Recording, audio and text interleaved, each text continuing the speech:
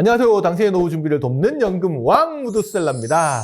오늘 오래간만에 국민연금과 관련된 이야기 한번 해볼까 합니다. 얼마 전에 제가 이제 퇴직자 대상으로 대한 강연을 갔다가 이런 질문을 한번 받았어요. 자녀들에 대한 고민을 이야기하더라고요. 이제 올해 대학교에 자녀가 들어가게 됐는데 자녀 명의로 국민연금을 임의 가입해주면 어떨까라고 질문을 하시더라고요. 그래서 자녀가 가입을 해서 몇 번 붙다가 좀 안 내더라도 나중에 다시 취업하게 되면 그때부터 이어서 내면 그래도 국민연금 가입 기간이 상당히 늘어나니까 상대적으로 괜찮지 않나? 그래서 연금 나중에 많이 받을 수 있으니까 좋지 않냐? 이런 질문들을 상당히 심도 있게 물어보시더라고요. 그래서 그 질문을 받고 나서 제가 곰곰이 생각을 해봤더니 최근 들어서 이런 질문들을 하는 사람들이 꽤 많다?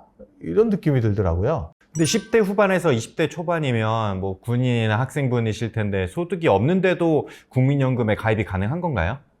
원래 이제 국민연금이라는 게 만 18세부터 60세까지 의무 가입 대상이긴 하죠. 근데 말씀하셨듯이 군인 학생은 소득이 없잖아요. 그런 경우에 이제 국민연금을 보험료를 내기가 상당히 어려워서 만 27세 미만인 군인과 학생, 소득이 없는 군인과 학생은 국민연금 의무 가입 대상에서 제외시켜 두고 있어요. 그래서 의무 가입 대상은 아니기는 하지만 그렇다고 해도 스스로 와서 보험료를 내고 국민연금에 가입하는 것까지 막을 수는 없잖아요. 그렇게 스스로 국민연금에 가입해서 보험료를 내는 것들을 우리가 임의 가입이라고 하고 있습니다. 그래서 최근에 보니까 10대 후반이나 20대 초반 젊은이들을 중심으로 해서 임의 가입자가 빠르게 늘어나가 있다는 통계들이 나온 게 있는데 2017년 정도의 국민연금 임의 가입자가 32만 7천 명 좀 넘는 걸로 나오죠. 그런데 이제 2021년 6월 말 기준으로 보게 되면 이게 한 38만 4천 명 남짓으로 늘어난 걸로 볼 수 있습니다. 그러니까 이 기간 동안 한 3년 6개월 되는 기간 동안 한 17% 정도 임의 가입자가 늘어난 걸로 볼 수가 있을 것 같아요. 그런데 조금 자세하게 들어보면 연령대별로 보면 좀 재미있는 통계가 되는 것 같아요. 이 같은 기간 동안 만 18세, 19세, 고등학교 2학년, 3학년 정도 될 것 같은데 임의 가입자가 같은 게 856명에서 3,921명으로 늘어났어요.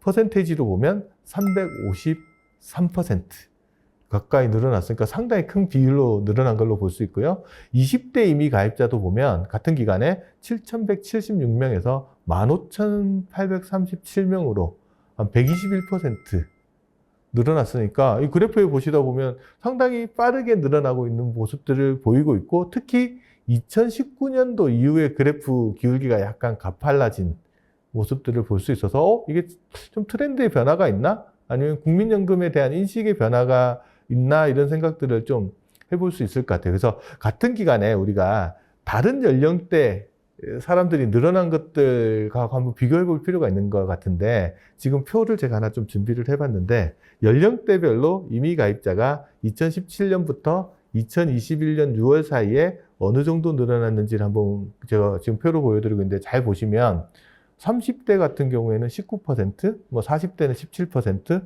50대는 12% 정도 늘어나서 10% 언저리에서 이렇게 늘어난 걸로 볼 수 있는데 유독 20대 랑 10대 후반의 가입자들이 빠르게 남들보다 거의 한 10배 가까이 심지어는 한 30배 가까이 정도 늘어난 거니까 한번 주목해서 볼 수 있는 현상일 것 같다는 생각들이 듭니다. 그러면 국민연금을 좀 긍정적으로 생각하는 젊은이들이 늘었다고 볼 수도 있겠네요. 물론 그런 의견도 맞으실 수 있는데 제 생각은 조금 다른 생각들을 가지고 있어요. 어떤 거냐 그러면 10대 후반이면 이제 고등학생이고 20대 초반이면 대학교 또는 군인들일 가능성들이 되게 높은데 이 친구들이 소득이 있어서 스스로 가서 가입을 하지는 않았을 것 같아요.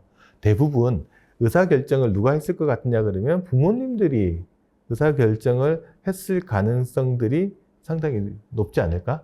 그렇다고 치면 그 부모님들 나이대가 50대 중후반 또는 60대 초반 정도 됐을 겁니다. 그러면 그분들은 국민연금을 수령하고 있거나 국민연금 수령에 임박해 있는 분들, 그러니까 노후가 발등에 떨어진, 노후의 불안함이 발등에 떨어져 계신 그런 분들이라서 연금의 중요성에 대해서 좀 더 실감하고 있지 않을까? 그러다 보니까 이제 자녀들한테 그런 식으로 뭔가를 베풀어주는 거 아닌가라는 생각들이 좀 듭니다. 조금 새로운 자료 제가 한번 준비한 게 있는데 보시면 10대 후반부터 20대까지 연령대별로 나이별로 가입자 증감률을 2017년부터 2021년 6월까지를 좀 보여드리는 자료인 것 같은데 18세 같은 경우는 한 437% 늘어났고요.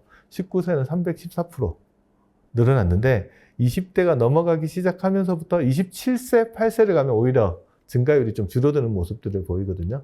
최근에 10대 후반, 20대 초반을 대상으로 집중적으로 좀 늘어난 것들이 있고 이거가 어떻게 해석하느냐에 따라서 다르긴 하겠지만 부모님들이 자녀들이 성년이 되면서 국민연금을 가입할 수 있도록 기회를 열어주는 그런 생각들을 하시는 부모들이 좀 늘어난 거 아닌가라는 게 제 추론입니다. 그러면 이런 친구들은 부모님들이 보험료를 내주실 텐데 증여세 문제 같은 건 없나요? 이거 별다른 소득이 없는 상황에서 국민연금 보험료를 냈다는 거는 누군가 돈을 줬다라는 이야기고 자녀들 입장에서 부모님 도움 받을 수밖에 없으니까 증여세 걱정하는 게 당연할 거라고 생각을 하는데 제 생각은 그렇게 크게 신경 쓸 일은 아닌 것 같습니다. 왜냐하면 증여세라는 것들의 공제 한도라는 게 있거든요. 그래서 보통 뭐 19세 넘어가면 성년 자녀로 보는데 성년인 경우에는 10년 동안 한 5천만 원까지 증여를 하더라도 증여세 공제 한도가 있기 때문에 세금 걱정은 크게 안 하셔도 될 것 같고요. 가입을 하시고 나서 국민연금 보험료를 꾸준히 내주는 경우도 있지만 그렇지 않고 그냥 한 몇 번 정도 내주다가 중단을 시키고 나중에 돈 벌면 네가 내라 이렇게 하시는 부모들도 있어서 그게 크게 큰 부담은 안 될 것 같아요. 예를 들어서 이미 가입자가 낼 수 있는 보험료 하한선이라는 게 있는데 최고로 적게 내면 9만 원 정도 낼 수 있거든요. 9만 원씩 한 10년을 불입한다고 해도 계산해 보면 1,000만 원 남짓 한 1,080만 원 정도 되니까 어차피 증여세 공제한도 범위에 들어오는 거라서 세금은 크게 문제는 안 되는 것 같아요. 이게 기왕에 이제 제가 이제 보험료 이야기가 나온 김에 이미 가입자가 납부할 보험료에 대해서 좀 한번 파악을 해볼 필요 있을 것 같은데 이미 가입자는 소득 자체가 없는 상황이기 때문에 여기에 대해서 이제 얼마 정도 보험료를 내라는 가이드라인을 좀 정해주고 있는 것 같아요. 지금 현재 가이드라인은 어떻게 되어 있냐면 매년 전년도 12월 31일 기준으로 해서 지역 가입자 전체의 소득의 중위수, 중간 정도의 소득을 기준으로 합니다. 현재 2021년 기준으로 중위수 소득이 얼마 정도 되냐 그러면 100만 원 정도 되거든요. 이게 올해 4월부터 2022년 3월까지 적용되는 게 100만 원 정도 돼요. 거기 9% 정도면 9만 원 정도 되잖아요. 이게 보험료 하한선이라고 보시면 됩니다. 그리고 이제 국민연금 가입자 전체에 다 적용되는 상한 기준이 있는데 요거는 이제 기준소득 월액 기준으로 한 524만 원을 상한으로 보고 있으니까 그거보다 소득이 많으신 분은 524만 원까지 버는 거로 보는 거거든요. 그 금액의 9%를 하면 47만 1,600원 정도 됩니다. 그러면 이미 가입하시는 분은 9만 원에서 47만 1,600원 사이에서 자기가 원하는 만큼 보험료를 결정해가지고 납부를 하시면 될 것 같아요. 그래서 보통 자녀들 거를 이제 가입하게 되거나 가입을 도와주시는 분들 같은 경우에는 최소 금액 정도에서 보험료를 결정하시는 분이 많은 것 같습니다. 그러면 국민연금에 일찍 가입하면 어떤 혜택이 있나요? 국민연금 가입 기간이 늘어나겠죠, 당연히. 국민연금은 보통 10년을 납입하면 연금을 받을 수 있거든요.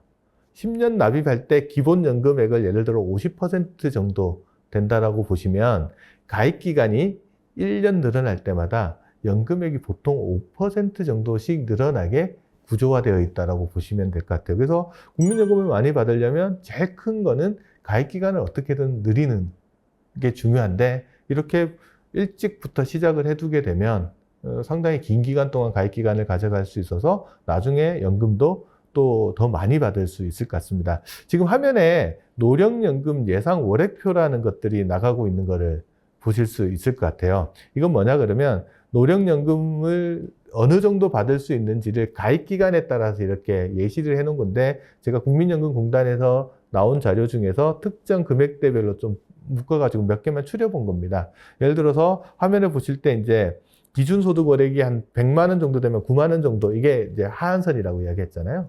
예를 들어서 9만 원 정도 보험료를 10년 정도 납부하시면 노령연금을 수령할 수 있는 금액이 18만 3천 원 조금 넘게 수령을 하시게 된다라고 보시면 될 것 같아요. 근데 가입기간이 예를 들어 20년이 되면 한 36만 원 정도, 한 40년이 되면 71만 원 정도 되는 걸 볼 수 있을까요? 그래서 가입기간을 늘려갈 수만 있다 그러면 그것도 국민연금을 더 많이 받을 수 있는 좋은 방법 중에 하나이기 때문에 어떻게든 일찍 국민연금 가입을 해주는 것도 하나의 어떻게 보면 자산관리 방법 중, 노후준비 방법 중에 하나지 않냐 이렇게 생각합니다. 지금 표에 나가는 자료들은 2021년 1월에 국민연금에 처음 가입했다라고 가정을 했을 때 이제 국민연금, 노령연금이 어느 정도 나오는지 보여주는 자료라고 보시면 될 것 같습니다.